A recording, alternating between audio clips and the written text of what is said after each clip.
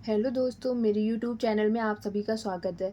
तो मैंने आपको कल शास्त्रीय नृत्य के बारे में बताया था और जो शास्त्रीय नृत्य के बारे में थोड़ी बहुत जानकारी थी, उसके बारे में भी बताया था और एक शास्त्रीय नृत्य भरतनाट्यम भी मैंने करवा दिया था। तो आज मैं उसके आगे आपको कुचिपुड़ी करवाऊँगी, ठीक है? तो आज आप कुचिपुड़ी समझने की कोशिश करिए और जो कुछ हो सकेगा तो मैं उसको ट्रिक से भी याद करवा दूँगी, ठीक है? तो आप सबसे पहले कुचिपुड़ी देखिए। तो आप सभी को ये तो पता है ना कि कुचिपुड़ी आंध्र प्रदेश का शास्त्रीय नृत्य है। आंध्र प्रदेश का शास्त्रीय नृत्य क्या है? कुचिपुड़ी। ठीक है। लेकिन अब ये क्वेश्चन पूछने लगा है कि कुचिपुड़ी की शुरुआत कहाँ से हुई है? और ये जो कुचेल ग्राम है ना, ये कुचेल ग्राम काफ़ी बार पूछा गया है। क्योंकि अब ज़्यादातर लोगों को ये तो पता होता ही है ना कि आंध्र प्रदेश का शास्त्रीय नृत्य कौन-सा है? तो कुचिपुड़ी, ये सभी को पता होता है। लेकिन ये कुचेल ग्राम के बारे में अभी कम ही लोगों को पता है, तो आप सभी याद कीजिए। तो शुरुआत कुचिपुड़ी की शुरुआत कुचेल ग्राम आंध्र प्रदेश से होती है। कुचेल ग्राम आंध्र प्रदेश में ही है और इसको आपको ज़्यादा वैसे आपको याद हो जाएगा क्योंकि कुचिपुड़ी और कुचेल ग्राम, तो आपको ये थोड़ा बहुत रिलेट हो रहा है ना एक दूसरे से, तो याद हो जाएगा, ऐसा कोई मुश्किल नहीं है। ठीक है, तो कुचिपुड़ी की शुरुआत कहाँ से हुई है? कुचेल ग्राम आंध्र प्रदेश से हुई है। और कुचिपुड़ी का आधार क्या है? इसका आधार भागवत पुराण है और कुचिपुड़ी में कर्नाटक संगीत का उपयोग होता है। ठीक है, तो कुचिपुड़ी में कर्नाटक संगीत का उपयोग होता है और कुचिपुड़ी में श्रृंगार रस की प्रधानता है। ठीक है, तो कुचिपुड़ी की शुरुआत कुचेल ग्राम आंध्र प्रदेश से होती है और इसका आधार भागवत पुराण है और इसमें कर्नाटक संगीत का प्रयोग होता है और कुचिपुड़ी में श्रृंगार रस की अधिकता है। और देखो कुचिपुड़ी में क्या है कि इसमें पीतल की तस्तरी में पैर रखकर नृत्य करने का प्रचलन है, इसे तरंगम कहते हैं। ठीक है, इसमें क्या है, क्या मैंने आपको बताया कि पीतल की तस्तरी में पैर रखकर नृत्य करने का प्रचलन है और इसे तरंगम कहा गया है। इसे मैं अभी आपको आगे डिटेल से बताऊंगी कि यहाँ मैंने आपको थोड़ा बहुत बता दिया।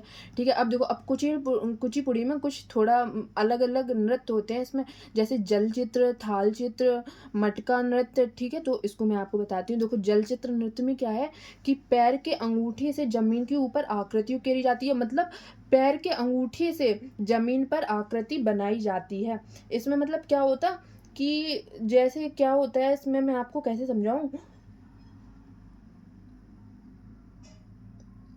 इसमें जैसे ऐसे समझो आप कि इसमें कलाकार अपने पैर के अंगूठे से सतह पर चित्र बनाते हैं। ठीक है, इसमें जो कलाकार होते हैं, मतलब जो कलाकार शास्त्रीय नृत्य को करते हैं ना, तो वो अपने पैर के अंगूठे से सतह पर चित्र बनाते हैं। ठीक है, तो ये है। अब फिर आता है थाल नृत्य, फिर देखिए मटका नृत्य आता है।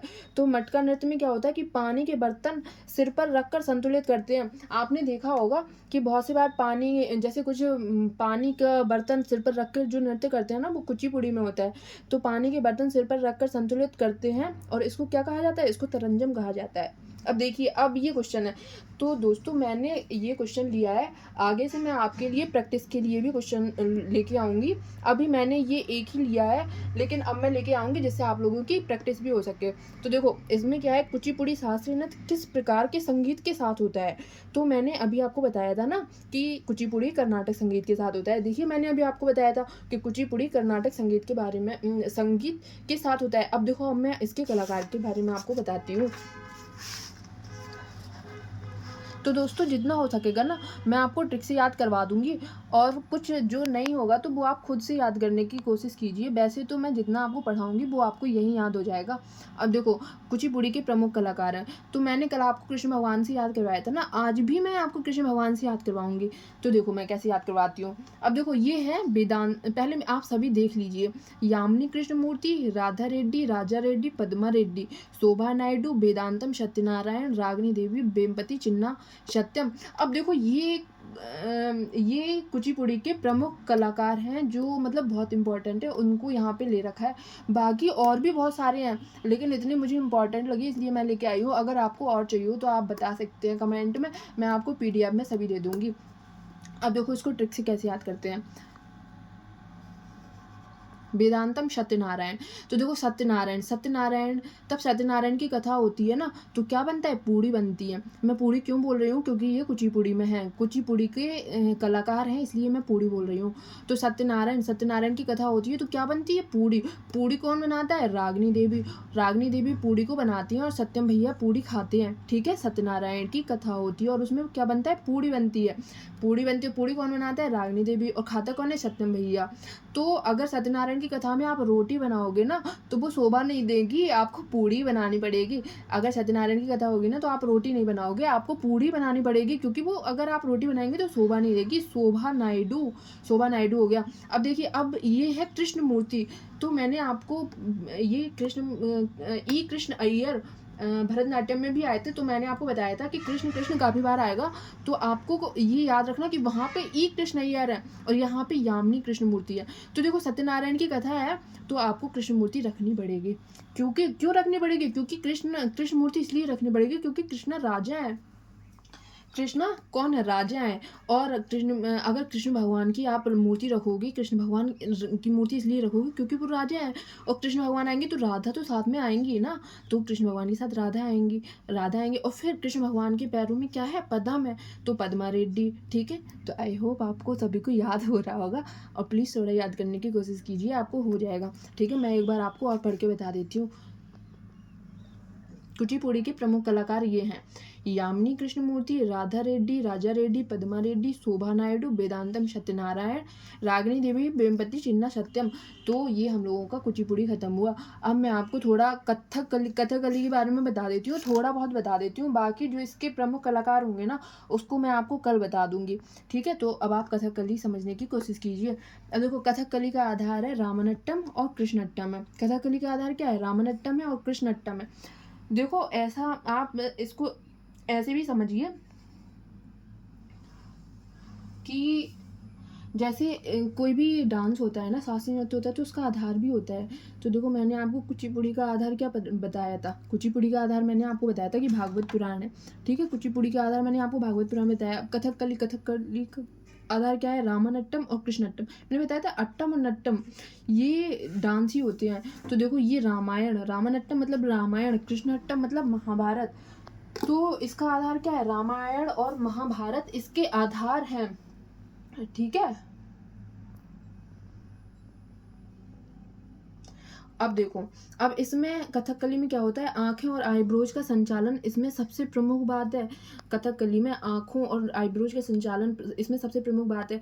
आपने देखा होगा, जो कथकली के जो कलाकार होते हैं उनका सबसे प्रमुख काम तो यही होता है कि आंखें और आईब्रोज का संचालन वो बहुत अच्छे से करते हैं।